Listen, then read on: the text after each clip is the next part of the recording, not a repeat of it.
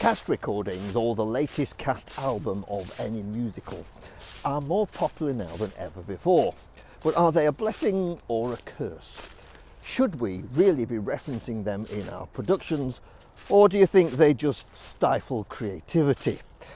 Stand by, this video might be asking you some awkward questions.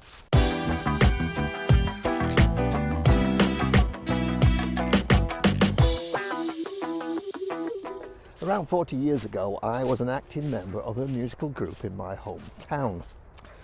Back then, I hadn't started work on the music side of any production.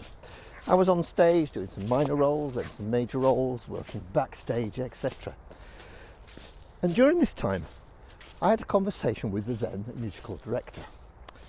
It went something like this. He was basically saying about the huge amount of flexibility and creative freedom that the director, set designer, costume designer, choreographer, etc. had in the musical, whatever it was at the time we were working on. He then went on to say that it's different for music directors and that how the music is interpreted, performed and delivered to the audience is already predetermined by the composer. It's all there in the score, he said.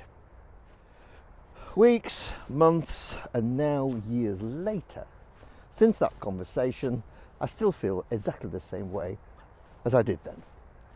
What he's saying couldn't be further from the truth. The style of the music in our musical productions is, of course, determined by the author and composer, and rightly so. As music directors, we have a duty to honour the intention of the author, especially as we are under a license to perform the work as it's written and how the rehearsal materials have been supplied to us. But, and it's a big but, how accurately do we have to follow the score? Now, I'm not talking about changing the melody or the harmony structure. That's what makes the music the audience expects anyway. But there are elements of the score that does offer some kind of interpretation.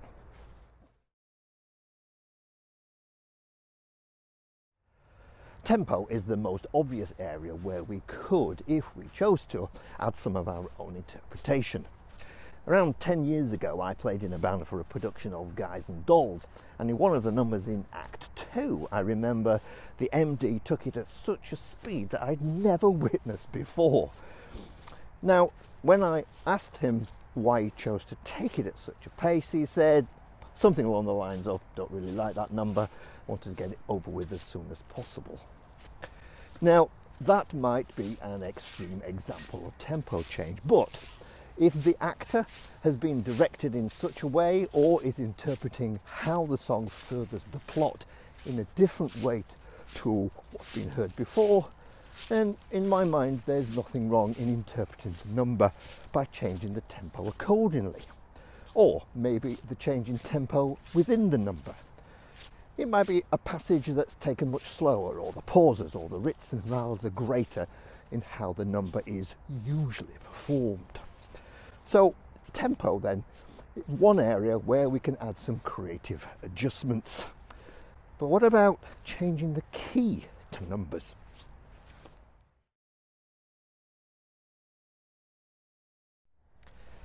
Now, this is an area where I have some strong views. I've just started working on a production where some of the numbers in the musical have actually been supplied in a variety of keys. I'm assuming this is to help the performer, but prior to auditions I did state to the company that I'm not entertaining at this stage anyway any requests to move away from the original key. I don't feel quite strongly that if a number has to be played in a different key from the original because the performer or the soloist can't sing it, why on earth are you auditioning for a part you can't sing? One production I played in, the musical director had actually changed the key of every number sung by the leading lady. Strangely enough, it was another production of Guys and Dolls. Different production, strange coincidence. Leave the keys as they are and find someone who can sing the songs. If you can't, then consider using this kind of option if it's provided.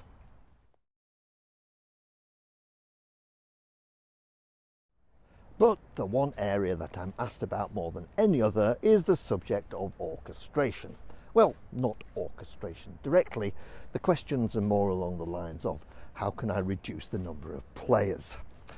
Any reduction in the number of players will, of course, affect the sound. But we should start to ask ourselves, does it really matter? I remember going to see a production of Fiddler on the Roof where it had been reduced to just a string quartet, an accordion. It sounded fantastic. It didn't detract from the storytelling whatsoever. It was just, well, different. Different, of course, from any other production of that musical I had heard or seen before. As different and pleasing as that example was, it may not have been in strict keeping with the performance license conditions, and I'm not suggesting for one moment you should attempt on such a thing without prior permission. There's no easy way to determine which instruments to lose to save space or money. Professional companies would get permission to change the orchestration, but I suspect it's very rare for a community or amateur production to get the same rights. But if you need to reduce the number of players for whatever it's written for and for whatever reason, you might get some tips from this video, which I did a couple of years ago, which breaks down the various elements of orchestration, whether they be harmonic instruments like pianos, keyboards, guitars, etc., or those carrying rhythm and melody. Then in this video on how music directors should prepare before their first rehearsal, I mentioned listening to recordings, and not just the most recent recording either, but older recordings, and you'll soon notice the different interpretations that different directors had on style, tempo, and how it supports the performers on stage.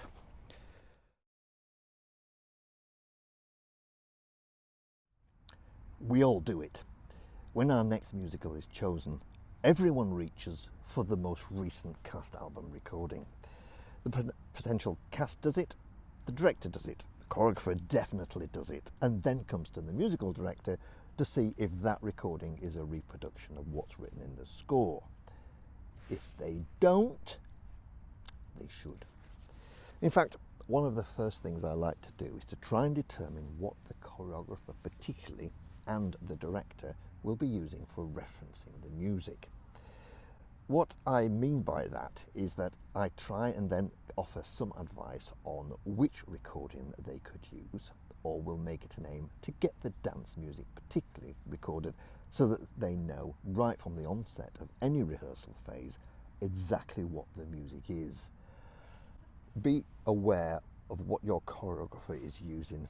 They sometimes assume that what they found on Apple Music or Spotify is what's written for the show. It's your responsibility to make sure that doesn't happen. Cast albums do have their place when preparing for rehearsals, but they can also become problematic.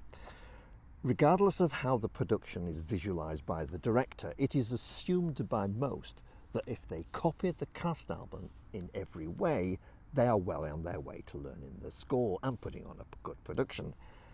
It's your job then to sound any required words of caution if you know that what's recorded isn't what's written, or if you are aware that what's recorded doesn't follow the director's vision for the production, ring those warning bells.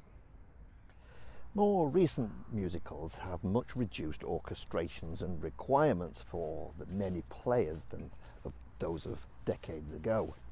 String sections, for instance, have now been reduced to 2, sometimes 1 keyboard players. In fact, keyboard players are required more and more to produce a myriad of musical instruments, sound effects, and can sometimes require a considerable amount of setting up or programming. Do we really need to reproduce that cast recording?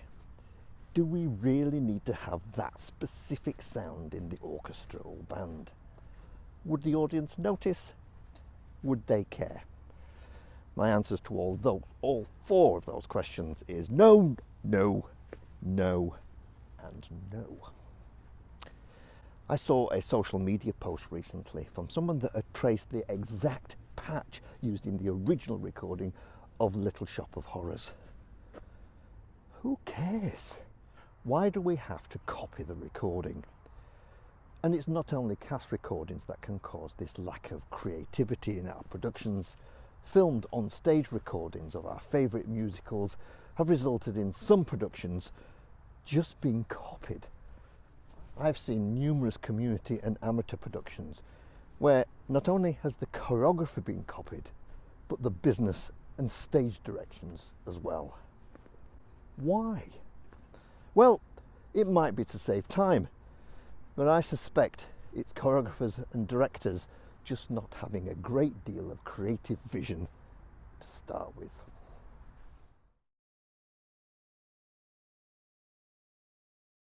And finally, I want to talk about the overall sound and instrumentation we musicians produce for our productions. I mentioned keyboard players a few months ago, who are usually underrated in orchestra pits nowadays as far as I'm concerned. Not only do they have to read and play like all the other instrumentalists, they also have to program the sounds or patches the score calls for, and then set up their equipment, program main stage or whatever software they're using, balance all the patches, and then think about when to hit that wretched patch change pedal. There's a lot going on with keys players, and sometimes they like to hire the service of keyboard programmers, or should I say hire the pre-programmed patches. The companies that supply this service usually say that they are programming that uses the original programming from the original production, so you will sound like the original orchestration. Here we go again. Okay, let's put a caveat on this. Jukebox musicals, you might want to sound like the original. But apart from that, why do we have to? Why do we have to sound like all other productions? Your audience is there to enjoy your production, your spectacle, your dancing, your choreographer, your production as a whole. Do you really think they're going to exit the auditorium complaining that patch 57 wasn't as per the cast album? See you next time.